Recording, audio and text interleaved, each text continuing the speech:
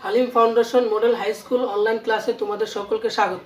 আজকে আমি অষ্টম শ্রেণীর দ্বিতীয় অধ্যায়ের অনুশীলনী 2.2 এর সৃজনশীল নিয়ে আলোচনা করব। আমি তোমাদের দুইটা লেকচার আমাদের গ্রুপে আপলোড করেছি। ওই দুইটা লেকচারের মধ্যে যে সমস্যার সমাধানগুলো করেছি সেই নিয়ম অনুযায়ী কিন্তু আমাদের আজকের এই সৃজনশীলটা। তোমরা যদি আগের ভিডিওগুলো ভালো করে দেখে থাকো তাহলে এই সৃজনশীলটা তোমরা ভালো করে বুঝতে পারবে। চলো আমরা সৃজনশীলটার সমস্যার সমাধান করি। প্রশ্নটা দেখো, একই হার চক্রবৃদ্ধি মুনাফায়। একই হার চক্রবৃদ্ধি মুনাফা, একটু খেয়াল করো। একই হার, হার কিন্তু বলে দেয় নাই। একই হার চক্রবৃদ্ধি মুনাফায়, হার কিন্তু বলে দেয় নাই। চক্রবৃদ্ধি মুনাফায় কোনো মূলধনও বলে দেয় নাই। মূলধনও বলে দেয় নাই। আমাদের আগে ছিল কি, মুনাফার হার দেওয়া থাকতো, মূলধন দেওয়া থাকতো, আমরা হয়তো আসল বের করতাম বা মুনাফা বের করতাম। তো এখন মুনাফা, এখানে হারও দেয় নাই। একই হার চক্রবৃদ্ধি মুনাফায় কোনো মূলধন এক বছরান্তে সবৃদ্ধি মূল, অর্থাৎ আমার চক্রবৃদ্ধির যে মুনাফা সেটা দিয়ে দিছে টাকা 2 বছরান্তে। 2 বছরান্তে চক্রবৃদ্ধি মুনাফা অথবা সবৃদ্ধি মূল দিয়ে দিছে। তাহলে কতে বলছে যে মুনাফা নির্ণয়ের সূত্রটা লিখো। মুনাফা নির্ণয়ের সূত্রটা আমরা জানি, I=P/R। তোমরা সকলে জানো। আমি প্রশ্নটা আবারও বলতেছি, দেখো। একই হার চক্রবৃদ্ধি মুনাফায়, হার কিন্তু বলে দেয় নাই। কোনো মূলধন এক বছরান্তে সবৃদ্ধি মূল, অর্থাৎ চক্রবৃদ্ধি মুনাফা দিয়ে দিয়েছে 1 বছরান্তে। 2 বছরান্তে চক্রবৃদ্ধি মুনাফা, তার মানে আমার এই প্রশ্নের মধ্যে হার দেয় নাই, মূলধন দেয় নাই। কি দিয়েছে? চক্রবৃদ্ধি মূলধন।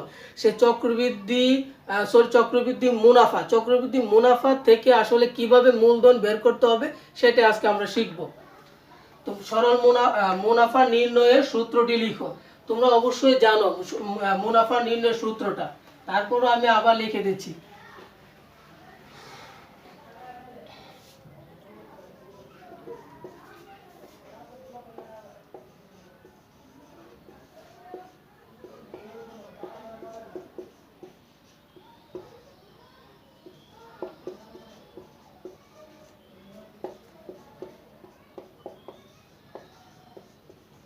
তাহলে মুনাফা নির্ণয়ের সূত্র I=P/R।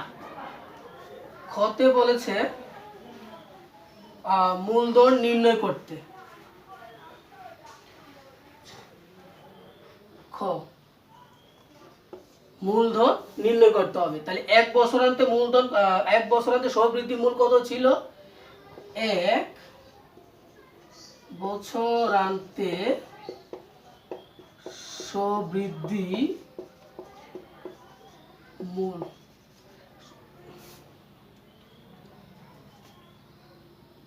19500, অর্থাৎ সূত্রটা কিন্তু P1 + R⁴n। তাহলে n মানে, n এর মান তো 1 বছর।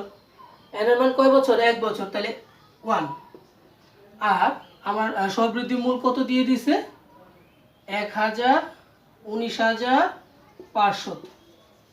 এটাকে আমি 1 নঙে রাখলাম। তার আরেকটা ছিল 2 বছরান্তে।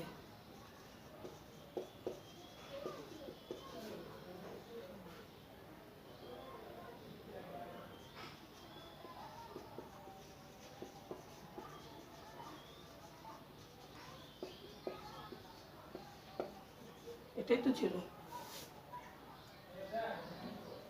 তাহলে 2 বছরান্তে সবৃদ্ধি মূল ছিল 20,280 টাকা।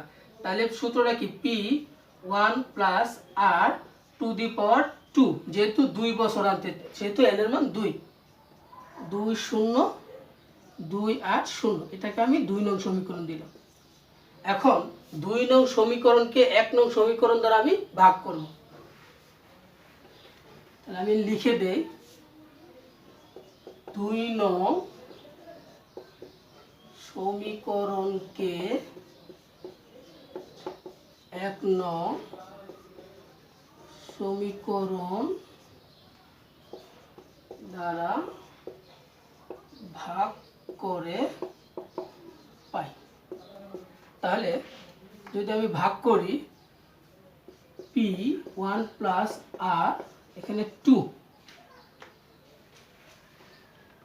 এখানে হবে পি 1 প্লাস আর, এখানে 1 দিলেও পারি না দিলেও পারি। তাহলে এখানে কত 2 0 2 8 0, আর এখানে 1 9 5 0 0। একটু খেয়াল করো, আমরা 2 নং সমীকরণটাকে 1 নং সমীকরণ দ্বারা ভাগ করেছি। তুমি বলতে পারো যে স্যার আমরা তো 1 নং সমীকরণকে 2 নং সমীকরণ দ্বারা ভাগ করব। তোমরা নিশ্চয়ই জানো ভাগ করার সময় বড় সংখ্যাটা কিন্তু আগে থাকে, ছোট সংখ্যাটা কিন্তু পরে থাকে। তাহলে এখানে দেখো 20,280, আর 1 নং সমীকরণে কত ছিল 1950। এই জন্য আমি 2 নং সমীকরণটাকে 1 নং সমীকরণ দ্বারা ভাগ করেছি। 2 নং সমীকরণকে 1 নং সমীকরণ দিয়ে ভাগ করি, তাহলে এই পি আর এই পি কাটা যায়। তোমাদের কাইটা দেখাইতে হবে না, কিন্তু আমি তোমাদের বোঝানোর জন্য এটা দেখাই দিলাম। এই পি আর এই পি কাটা যায়, তোমাদের কাটতে হবে না। তাহলে এখানে 1 প্লাস আর একটা, এখানে 1 প্লাস আর দুইটা, তাহলে আর কয়টা থাকে একটা থাকে। তাহলে 1 প্লাস আর, পি তো কাটা গেছে, আর ওইখানে কত থাকে 2 0 2 8 0 1 9 5 0 0। আমি আবারও বলতেছি এপি কাটা, এখানে 1 প্লাস আর স্কোয়ার দুইটা, আর এখানে 1 প্লাস আর একটা, তাহলে দুইটার এখানে একটা কাটাকাটি করলে আর একটা থাকে।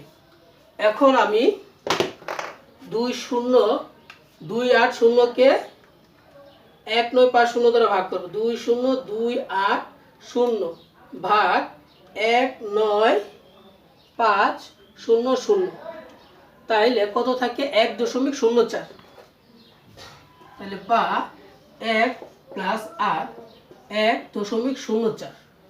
তাহলে বা আর যদি আমি এই পাশে রাখি 1.04, 1 ওই পাশে চলে যাবে। এখানে আমি করি, তাহলে বা আর সমান 1.04 থেকে যদি আমি 1 বাদ দেই, তাহলে 0.04 থাকে। 0.04 04।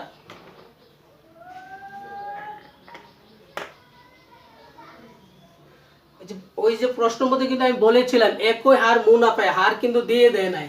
এই যে হার কিন্তু এখন আমরা পেয়ে গেছি, হার পেয়ে গেছি। এখন আমার মূলধন বের করতে হবে, বলছে মূলধন কত, মূলধন বের করতে হবে। এখন আর এর মান যদি আমি 1 নং সমীকরণে বসাই দিই, তোমাদের নিশ্চয়ই সমীকরণ দিয়ে রাখছো, 1 নং সমীকরণে বসাই। তাহলে এখন আর এর মান 1 নং সমীকরণে বসিয়ে পাই। 1 নং সমীকরণে কি ছিল, P 1 plus r to the power 1, 1 দিতে হবে না, ইকুয়ালস টু 19500, বা পি 1 প্লাস আর এর মান কত পেয়েছি 0.04, 0.04 19500। তোমরা দেখে নাও।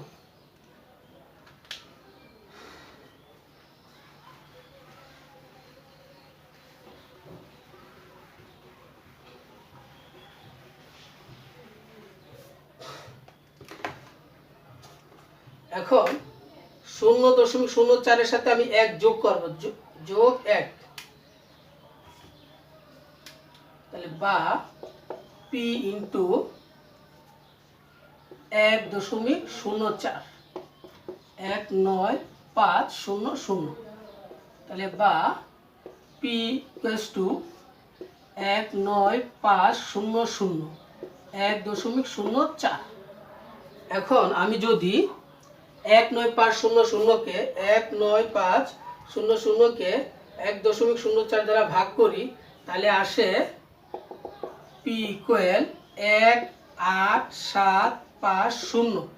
প্রশ্নের মধ্যে আমি কিন্তু বারবার বলেছিলাম একই হার মুনাফায়, হার দিয়ে দেয় নাই, মূলধনও দিয়ে দেয় নাই, শুধু বছরান্তের আমার মানগুলো দিয়ে দিয়েছিল। তাহলে এখান থেকে দেখো আমরা হারের মানও পেয়ে গেছি, মূলধনও পেয়ে গেছি।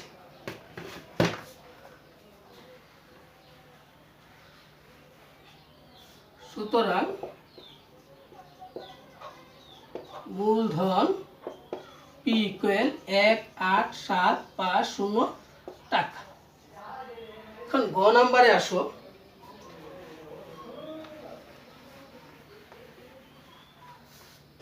গ নম্বরে কি বলেছে, একই হারে উক্ত মূলধনের জন্য, একই হারে উক্ত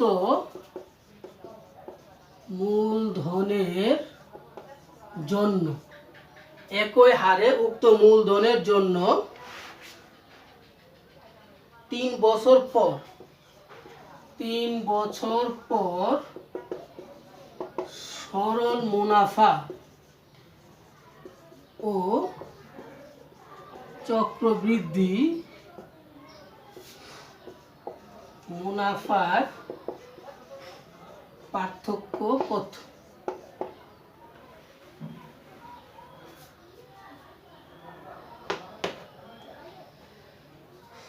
প্রিয় ছাত্রছাত্রীরা, তোমরা যদি আমার মুনাফার চ্যাপ্টারের 2.2 এর দ্বিতীয় লেকচারটা দেখে থাকো, তাহলে তোমরা বুঝতে পারবে যে আমি ওখানে বলেছিলাম যে গুরুত্বপূর্ণ টপিকস, যারা এখনো দ্বিতীয় লেকচারটা দেখো না বা প্রথম লেকচারটা দেখো না, তোমরা তাড়াতাড়ি প্রথম এবং দ্বিতীয় লেকচারটা দেখে ফেলো, তাহলে তোমাদের জন্য এই সৃজনশীলগুলো কোনো সমস্যায় থাকবে না।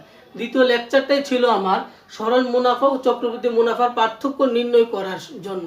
তাইলে এখন দেখো, একই হারে, একই হারে, তার মানে হার কিন্তু আমরা পেয়েছি, খ হতে হার পেয়েছি, ক্ষয়ের মধ্যে হার পেয়েছি 0.04, তাহলে একই হারে উক্ত মূলধন, মূলধনও পেয়েছি পি ইকুয়াল 18750 জন্য 3 বছরে, তাহলে এখানে এন এর মান নতুন করে বলে দিছে 3 বছরের পর সরল মুনাফা, তাহলে সরল মুনাফার মানটা আগে বের করতে হবে। চক্রবৃদ্ধি মুনাফা, চক্রবৃদ্ধি মুনাফার মান সরাসরি পাওয়া যায় না, তোমরা দ্বিতীয় লেকচারটা ভালো করে দেখো, আমি ওইখানে বারবার করে বলেছি যে চক্রবৃদ্ধি মুনাফা সরাসরি পাওয়া যায় না। চক্রবৃদ্ধি মুনাফা বের করতে গেলে আগে চক্রবৃদ্ধি মূলধন বের করতে হয়, চক্রবৃদ্ধি মূলধন থেকে আসল বাদ দিলে তারপরে চক্রবৃদ্ধি মুনাফা পাওয়া যাবে। তাহলে এখানে আমি সরল মুনাফাটা বের করি, সরল মুনাফা, সরল মুনাফা আই ইকুয়াল পি এন আর, তাহলে পি আসল তো পেয়েছি 18750, এন এর মান 3, আর একই হার মানে আমি ওই যে ঘর মধ্যে যে হার পেয়েছিলাম 0.04, এখন এটা গুণ করে সবাই,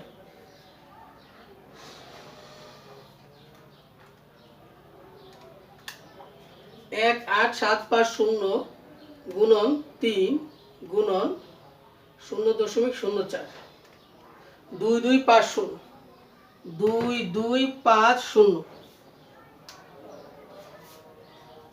2250, সুতরাং আই ইকুয়াল 2250 টাকা। তাহলে আমার এখানে সরল মুনাফা বের হয়েছে। এখন চক্রবৃদ্ধি মুনাফা, নো চক্রবৃদ্ধি মুনাফা না, আগে চক্রবৃদ্ধি মূলধন বের করতে হবে, দেন চক্রবৃদ্ধি মুনাফা বের করতে।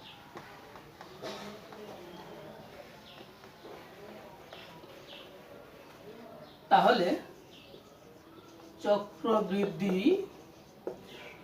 মূলধন, তাহলে C equal P 1 plus r to the power n, তাহলে পি 18750 0.04 আর এন এর মান 3, তাহলে 18750 ইন্টু 1.04, 1.04 উপর 3, তার মানে 1.04 কে 3 বার গুণ করতে হবে, অথবা আমরা ক্যালকুলেটরের মাধ্যমে তাকে আমি 1.04 পাওয়ার 3, 1.124, তাহলে আসে 1.124, তাকে আমি 18750 দ্বারা গুণ করি, তাহলে 210912,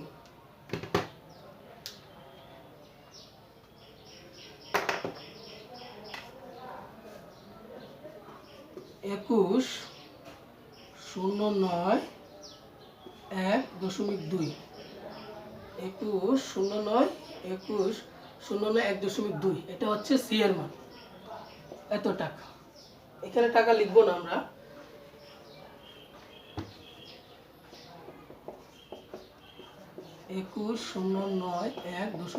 টাকা। এখন মূলধন বের করব, তাহলে মূলধন বের করতে গেলে সি থেকে আমি আসলটা বাদ দিব, তাহলে চক্রবৃদ্ধি মুনাফা মুনাফা বের করব। মূলধন তো আমার বের হয়েছে,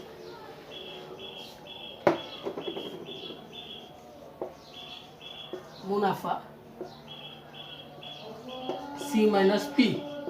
তাহলে সি এর মান পেয়েছি 2109.1.2 বিয়োগ আসল 18750,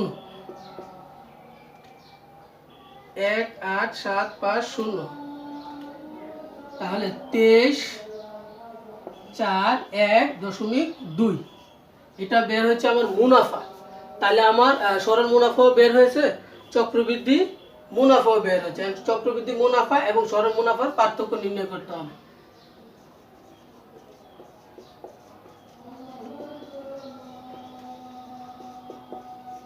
চক্রবৃদ্ধি মুনাফা ও সরল মুনাফার পার্থক্য। আয়ের মান কত পেয়েছিলাম? 2341.2। এটা হচ্ছে চক্রবৃদ্ধি মুনাফার মান। আয়ের মান ছিল 2250।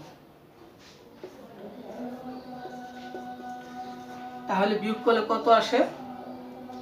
2250